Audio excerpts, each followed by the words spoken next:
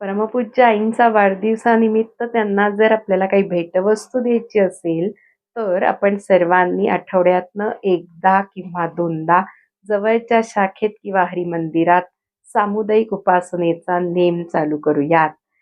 परमपूज्य आईंनी उपासनेसाठी, भजनासाठी एक स्वतंत्र जागा निवडली आहे. त्या पाठीमागचं कारण म्हणजे आपलं मन जे संसारात चंचल झालेलं आहे, ते घरी भजन करून स्थिर होऊ शकत नाहीये.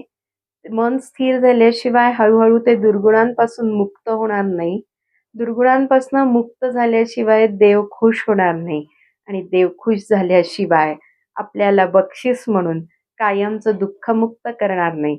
आणि हे सगळं होण्यासाठी म्हणून एका स्वतंत्र जागेत पवित्र अशा ठिकाणी जाऊन उपासना, भजन करायचंय आणि म्हणून परमार्थ निकेतनच्या शाळेत नाव घालणं गरजेचं आहे, असं परमपूज्य आई म्हणत आहेत.